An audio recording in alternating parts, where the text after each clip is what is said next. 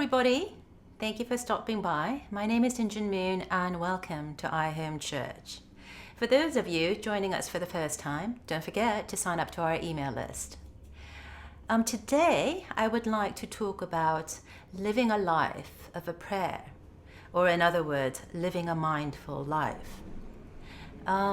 If you're a commuter like me most mornings, many times we like to have the radio on, or maybe some mornings we want absolute peace and quiet while we drive ourselves to work. But sometimes I like to turn on Z100, and they have a Elvis Duran morning show where they play little phone taps on people. And, it's a fantastic little show in that it's usually family members who play tricks on other family members or dear friends that are playing tricks on each other, because usually friends and family know us really well. They know our trigger points. And so this one show in particular, this gentleman was being phone tapped because he is a huge soccer fan.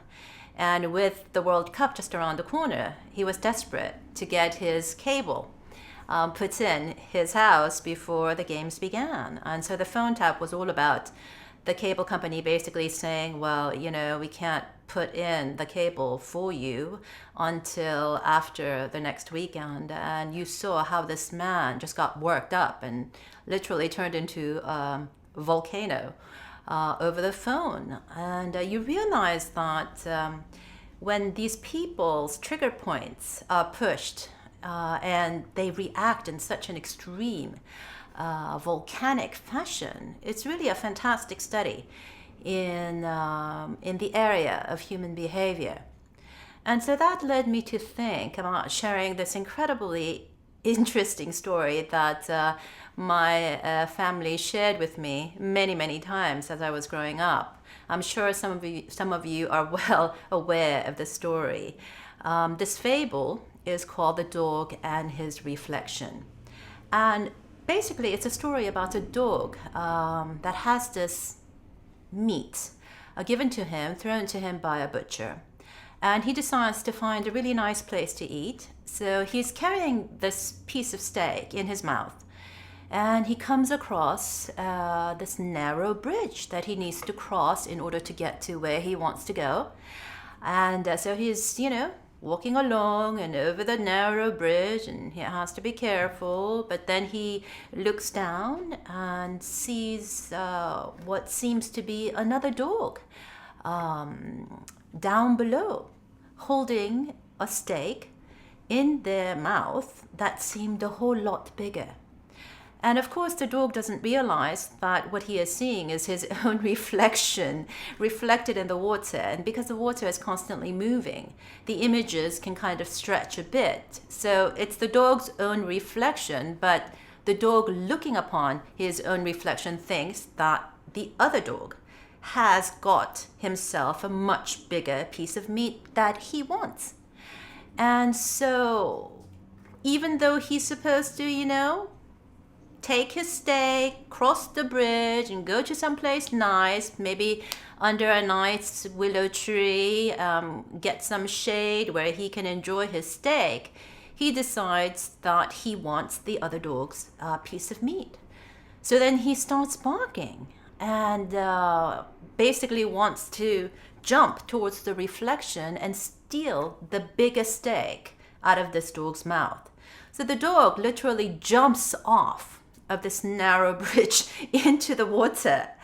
And, this dog is not a very good swimmer. So he's basically swimming for dear life, but still intent on getting what he perceives to be a larger piece of steak.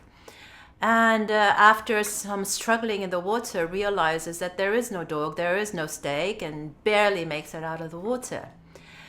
And when he finds footing, coming out of the water, he realizes there is no dog. The steak that I had in my mouth is gone, nowhere to be found. And here he is, left hungry, left wanting, when he could have just so easily and quietly crossed the bridge, gone over to someplace nice, and enjoyed and savored his delicious steak. And, when I think about this story, it has very profound meaning for me. Because many times, we are like the dog in that God has given within our care an incredible piece of meat. Maybe it's not as big as somebody else's steak, but maybe the other person got a big slab of beef, but God gave to us a very choice, select piece of filet mignon.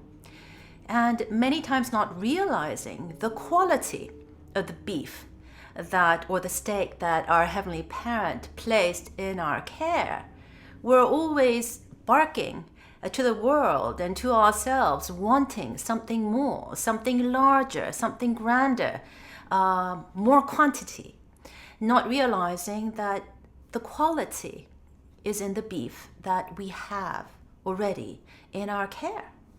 And what we need to do, just like the dog, is basically to cross the narrow bridge. And what does the bridge represent for many of us? A bridge is usually something that connects one point to another.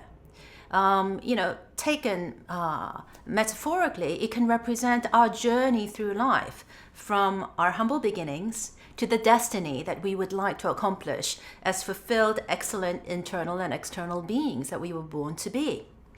And the bridge is narrow because there's really no room for greed. There's really no room for arrogance. There really is no room for lust and for insecurity and all of these baggages.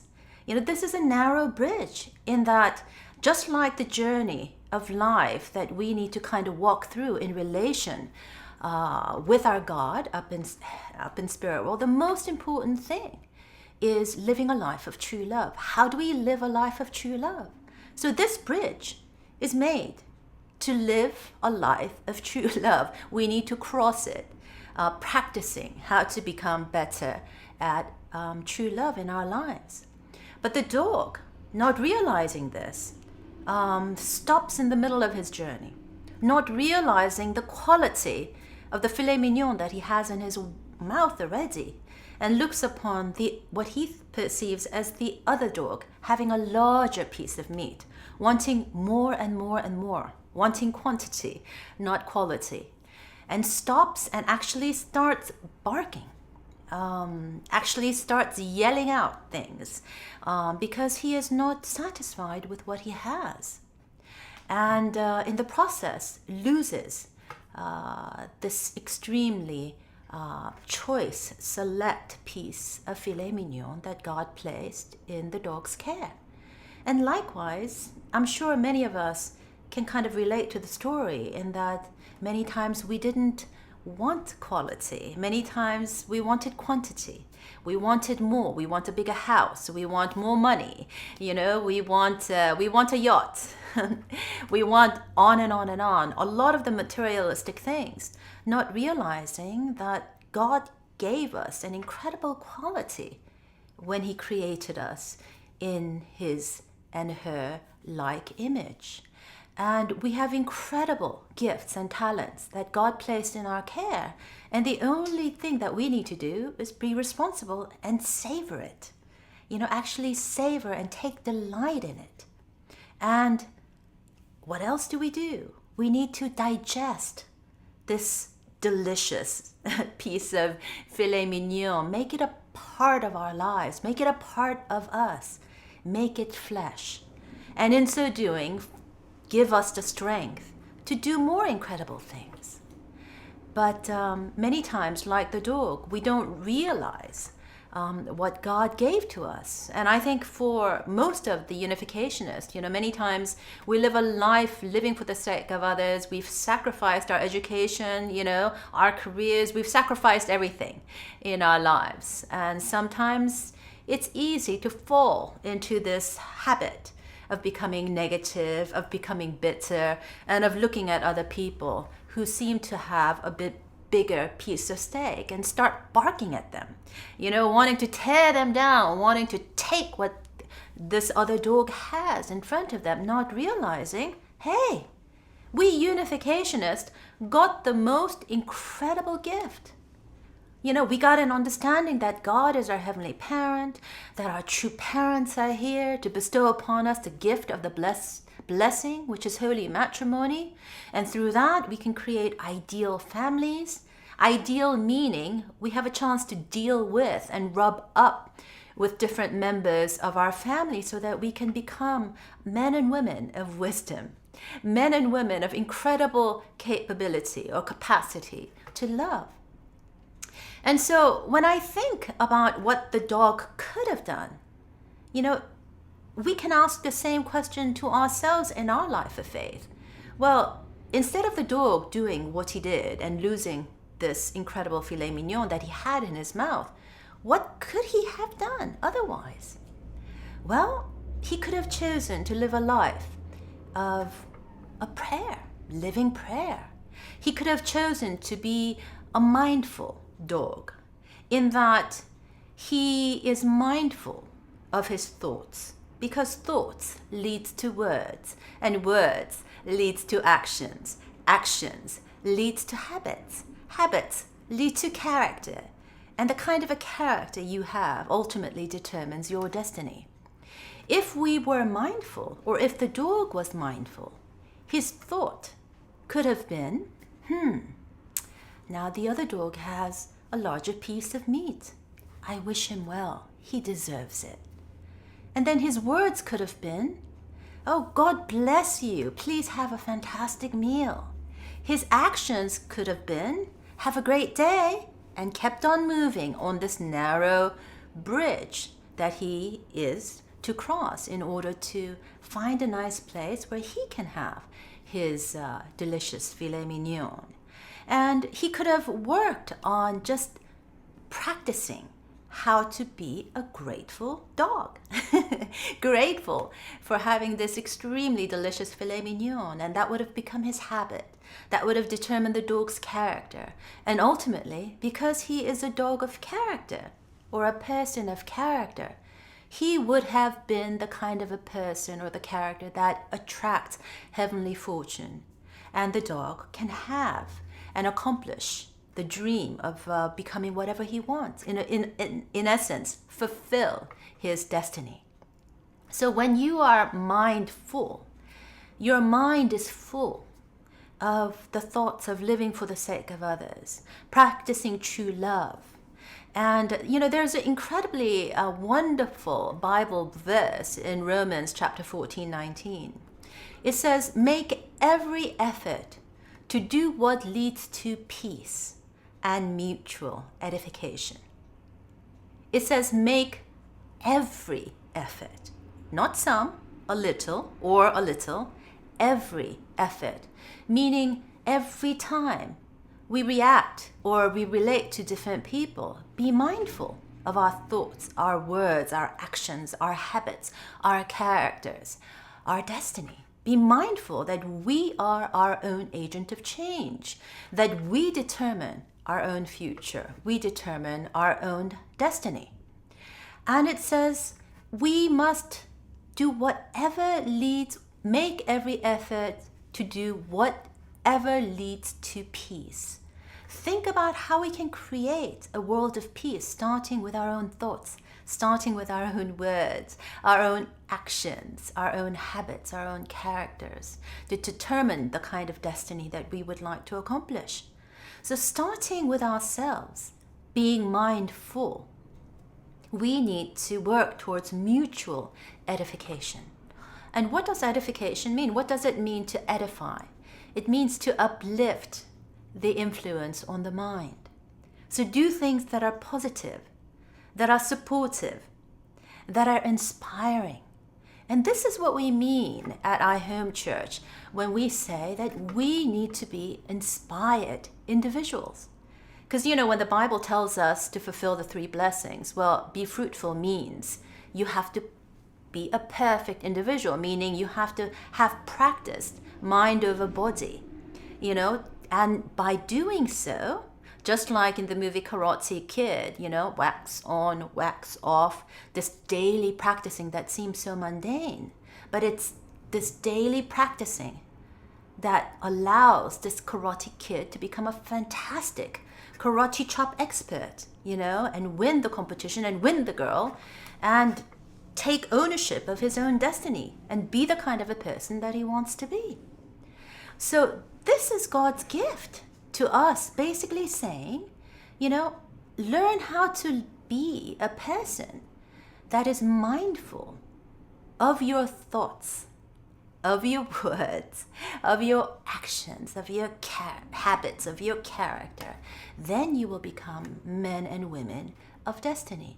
And you do so by not just edifying alone. It's mutual edification, meaning that whoever we come in contact with, whoever we are interacting with, whoever we are relating to in that appointed time, whether it's difficult or trying or just joyous, think about mutual edification. How do we uplift the minds of each other? How do we do that? Instead of trying to tear down the person, instead of trying to take things away from the person, how do we uplift them? And if we practice this in our daily lives, then we realize that just like the dog in the story called The Dog and His Reflection, we will realize that if the dog was not tempted away from his own life course by being grateful for what he had and not wanting to steal and take away another's fortune or blessing, but concentrate on his own, then he is well on his way to becoming everything that he dreamt about and more. So, Shintoism teaches that the origin of all sorts of trouble in the world starts with one word spoken in haste. One word spoken in haste. One word stemming from a thought that was not mindful. So when we are not mindful of our own thoughts, we tend to say things that we don't mean. We tend to say things just because we feel like saying it. Well, if we allow everything in our lives to be overrun with our emotions of how we feel at the moment, we're not going to be too productive in our own lives or in our relationships with the people that we love.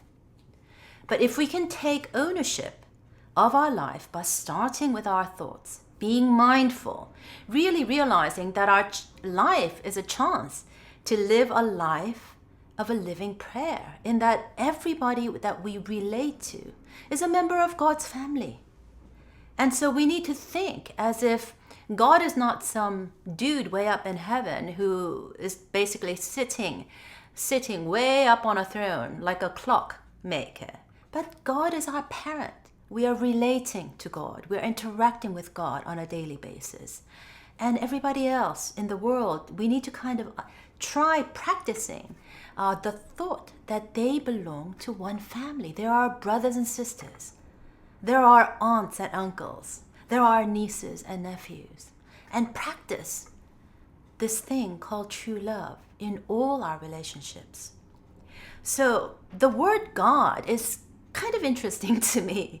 And this story of the dog and the reflection is a very, very interesting thing for me, because what I like to do when I look at English words, and maybe it's because I'm a foreign person learning English, I tend to kind of look at words and take the letters by the acronym. So when I look at the dog, I see the letter D, I see the letter O, I see the letter G.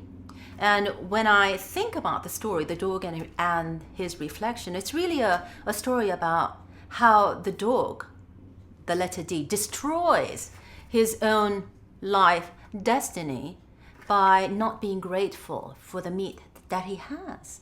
So the letter D, the dog, destroys his life destiny of being able to enjoy the succulent piece of filet mignon that God or the butcher placed in his care. And the letter O, he is his own worst enemy. He is the one who obstructs this fantastic blessing that he already possesses in his care. So D, he destroys. The letter O, he obstructs.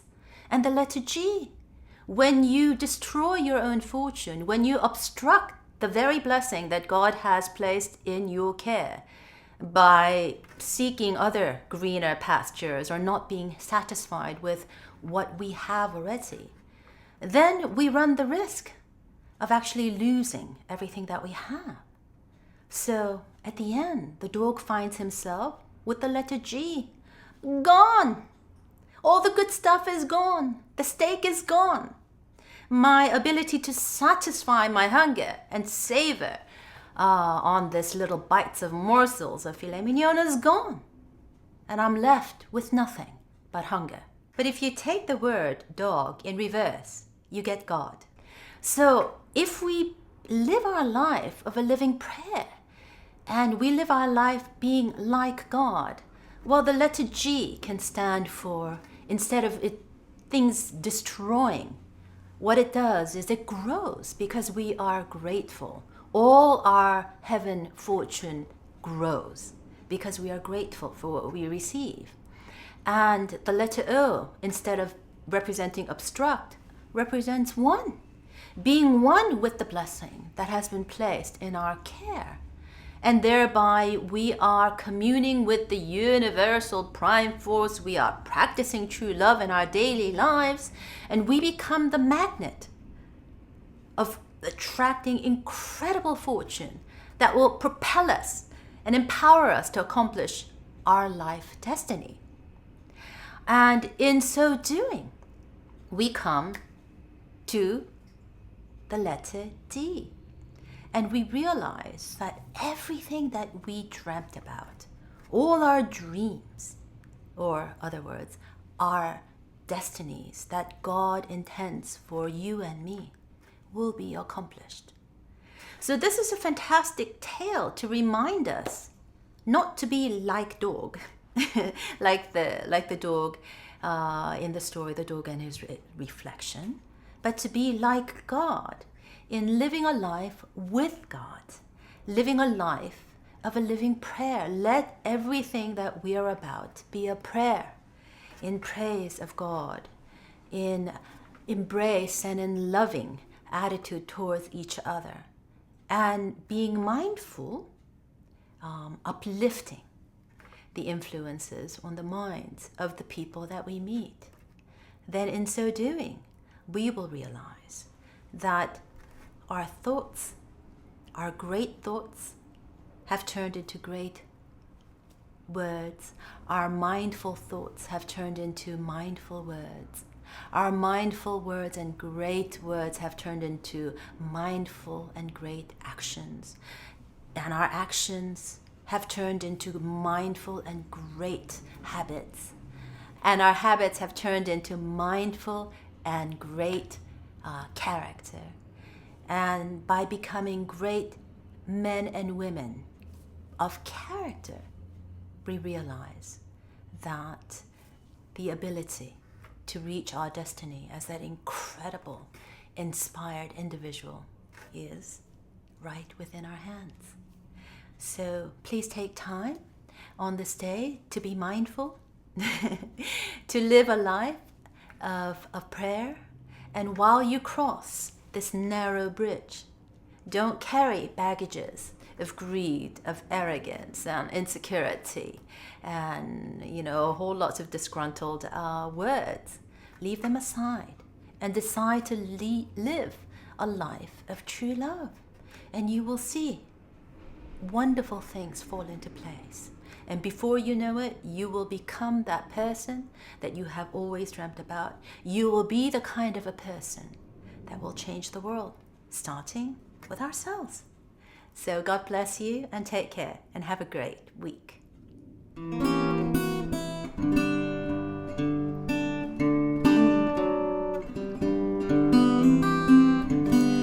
In this world I walk alone, with no place to call my home. But there's one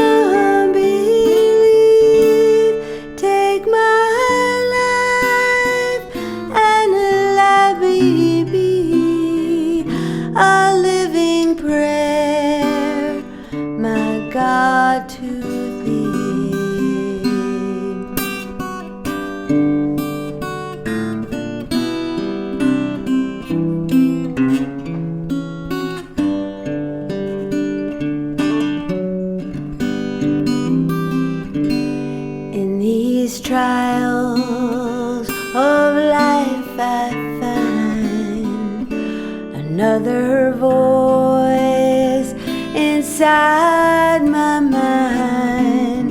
He comforts me and bids me live inside the love the Father gives. In your love I find relief, a heaven from my unbelief. Take my life and let me be a living prayer, my God, to Thee.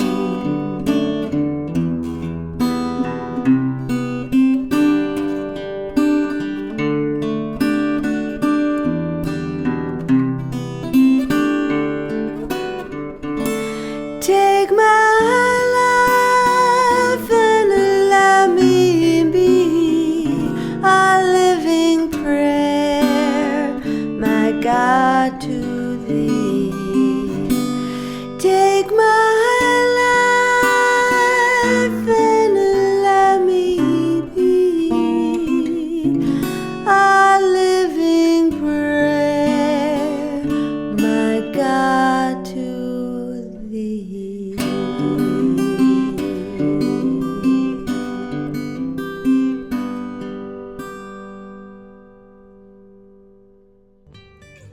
If you have questions and comments, please leave them below the video or go to our homepage, injinmoon.com, and use the contact form. And don't forget, please sign up to our email list. Bye-bye.